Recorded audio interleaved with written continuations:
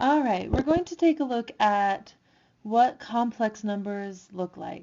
So let's start off with first what an imaginary number is. And even before that, let's think about something we've seen before. Something like the square root of 4. The square root of 4 is equal to 2. Or if we have the square root of 16, the square root of 16 would be 4 because 4 squared is 16. Now because these aren't equations that we're solving for, we don't have to include the plus or minus 2 or plus or minus 4. When you just have a square root and you want to find what that square root is equal to, it's simply the positive of those numbers. When you have the square root of 200, hopefully this will ring a bell, you can break that up as the square root of 100 times the square root of 2. We can break one of those down. We can break 100 down into the square root of 10. So this would equal the square root of 100, which is 10, times the square root of 2. So there are your basic square roots.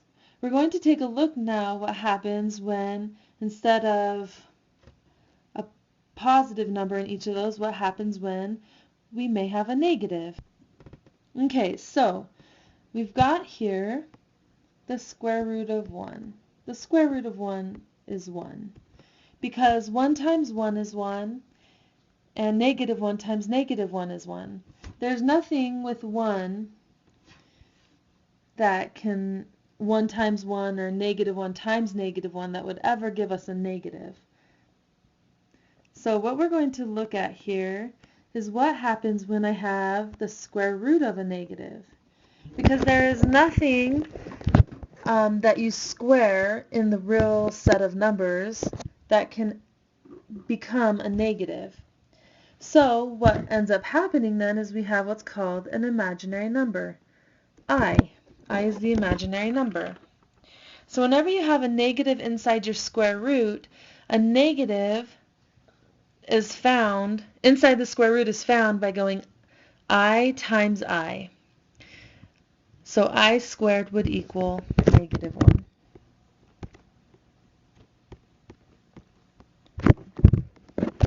Alright, so with that in mind, what would be the square root of negative 4 then? Well, the square root of 4 is 2, and the square root of a negative is I, the imaginary number. So you have the square root of negative 16. Well, square root of 16 would be 4, and the square root of a negative is I. Right, we can do the same thing with our 200 that we had. So we have negative 200 this time. That's not a very good 2. So we have here negative 100 times the square root of 2. The square root of negative 100 would be 10. I. And we can't reduce the square root of 2 anymore, so then we will just have times the square root of 2. And that would be our answer for that. Now, these imaginary numbers, we can do lots of interesting things with them. What we're going to take a look at, though, is adding and subtracting, multiplying and dividing imaginary numbers. And in fact, they'll become complex numbers because we'll add real and imaginary parts together. So a complex number is made up of two pieces. You have the real part, A, plus an imaginary part. Now that doesn't have to be a plus sign, it can be a minus, but we're going to just say plus B, I, the imaginary. That looks like it has two dots. Okay, so A plus BI.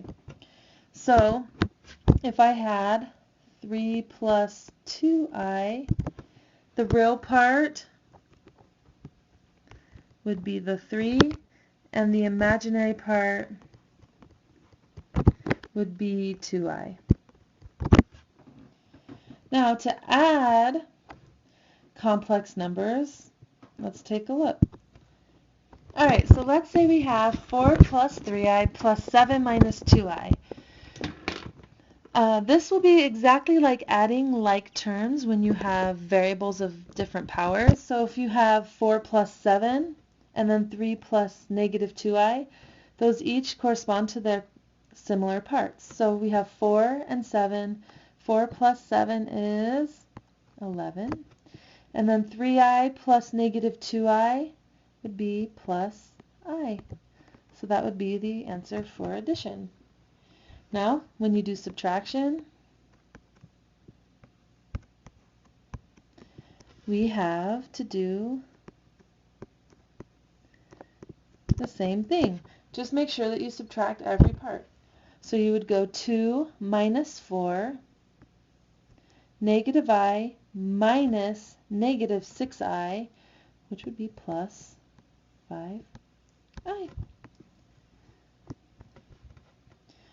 So that is the addition and subtraction of complex numbers. We can also multiply complex numbers, but before we do, I want to show you one thing. Alright, if we have an imaginary number I, let's see, I is equal to I.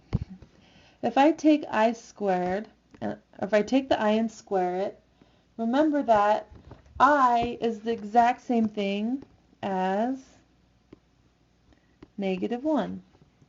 So if I take that negative 1 and square it, the square and the square root cancel out, so I squared is equal to negative 1.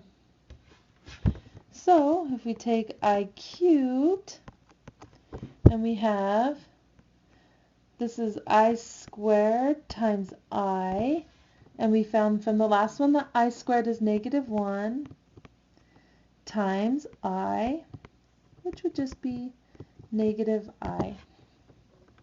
And then the last one is I to the 4th. So I to the 4th is I squared times I squared. I'm having trouble with my 2's here. I squared times I squared is negative 1 times negative 1, which would be positive 1. So whenever you have i's, they are a cycle, and the cycle will keep going through. So whatever I, so if you had like I to the 31st, you could figure out, is I to the 31st the same as I squared, I cubed, or I to the 4th?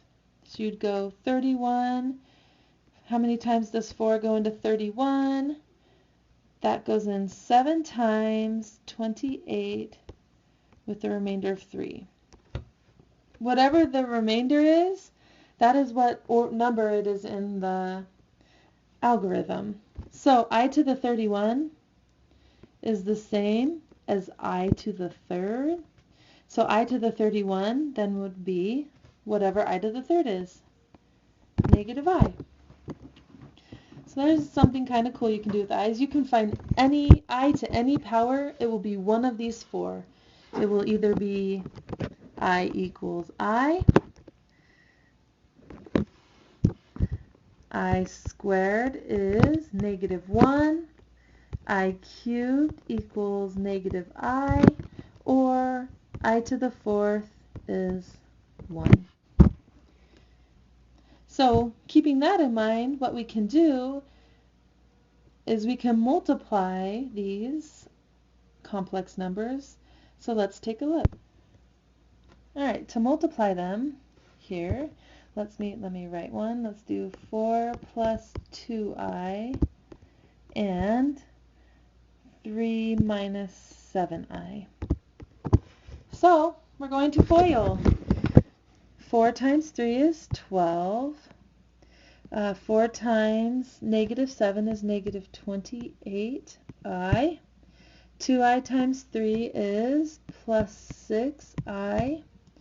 And 2i times negative 7i is negative 14i squared. Alright, if you remember from the cycle, I squared is negative 1. Well, that does not look good. So we've got negative 1 there. And you can combine the like terms here in the middle. So we've got negative 28i plus 6i is negative 22i. Alright, so now let's just combine this. Negative 14 times negative 1 is plus 14. 12 plus 14 is 26 minus 22i. Cool, so you can multiply just like that. It's just a simple FOIL, and then you're done with multiplication.